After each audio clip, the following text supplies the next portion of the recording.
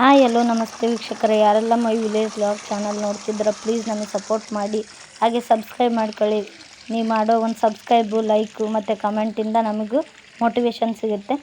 ನೋಡಿ, ನಾವು ಸಸಿ ನಾಟಿ ಮಾಡಿದ್ವು ಅಂತ ಹೇಳಿದ್ನಲ್ಲ, ಒಂದು 5ರಿಂದ ಒಂದು 6 ಮಡಿ ಆಗೋಷ್ಟು ಸಸಿ ನಾಟಿ ಮಾಡಿದ್ವಿ. ಒಂದು 15ರಿಂದ 16 ಸಾವಿರ ಸಸಿ ನಾಟಿ ಮಾಡಿದ್ವಿ. ಎಲ್ಲನೂ ಮೊಳಕೆ ಬಂದಿದ್ದಾವೆ, ಚಿಗುರು ಹೊಡೆದಿದ್ದಾವೆ ಹೊಲದಲ್ಲಿ. ಎಲ್ಲ ತುಂಬ ಚೆನ್ನಾಗಿ ಬಂದಿದ್ದಾವೆ. ಎಲ್ಲೋ ಒಂದೊಂದು ಕಟ್ಗೆ ಫೇಲ್ ಆಗಿರ್ಬೋದು, ಎಲ್ಲವೂ ಚೆನ್ನಾಗೇ ಬಂದಿದ್ದವು ಸಸಿ. ನೋಡಿರಿ, ಈ ಕಡೆ ಸ್ವಲ್ಪ ಒಂದು ಅರ್ಧ ಮಡಿ ಆಯಿತು, ಕಟ್ಟಿಗೆಲ್ಲ ಕಡಿಮೆ ಬಿತ್ತು.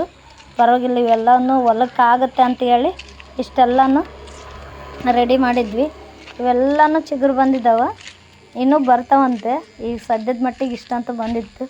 ಇದು 2023 ಡಿಸೆಂಬರ್ ತಿಂಗಳಲ್ಲಿನ ವೀಡಿಯೋ ಇದು. ನೋಡಿರಿ, ನೀರೆಲ್ಲ ಬಿಟ್ಟಿದ್ವಿ. ನೀರು ನಮ್ಮ ಹೊಲದಲ್ಲಿ ನೀರು ಚೆನ್ನಾಗಿತ್ತು. ಈ ಕಡೆ ಕಾಣ್ತಾ ಇದೆಯಲ್ಲ, ಇದು ಬಂದು ನಮ್ಮದು ತೋಟ. ಇಲ್ಲೇ ಹೇಳಿದ್ನಲ್ಲ, ನುಗ್ಗೆ ಮರ ಮತ್ತು ನಿಂಬೆ ಗಿಡಗಳು ಎಲ್ಲ ಇದ್ದಾವೆ. ನಿಂಬೆ ಸಸಿ ಮತ್ತು ನುಗ್ಗೆ ಮರ ಮತ್ತು ಎಬ್ಬೆ ಗಿಡಗಳು ಎಲ್ಲನೂ ಆ ತೋಟದಲ್ಲಿ ಅದಾವೆ. ಆಲ್ಮೋಸ್ಟ್ ಒಂದು ಸೀತಾಫಲ ಅವೆಲ್ಲ ಹಣ್ಣು ಎಲ್ಲನೂ ಇದ್ದಾವೆ. ನಮ್ಮೂರು ನೋಡೋಕೆ ಒಂಥರ ತುಂಬ ಚೆನ್ನಾಗೈತಿ. ಸುತ್ತ ಗುಡ್ಡ, ಸೆಂಟ್ರಲ್ ಊರು.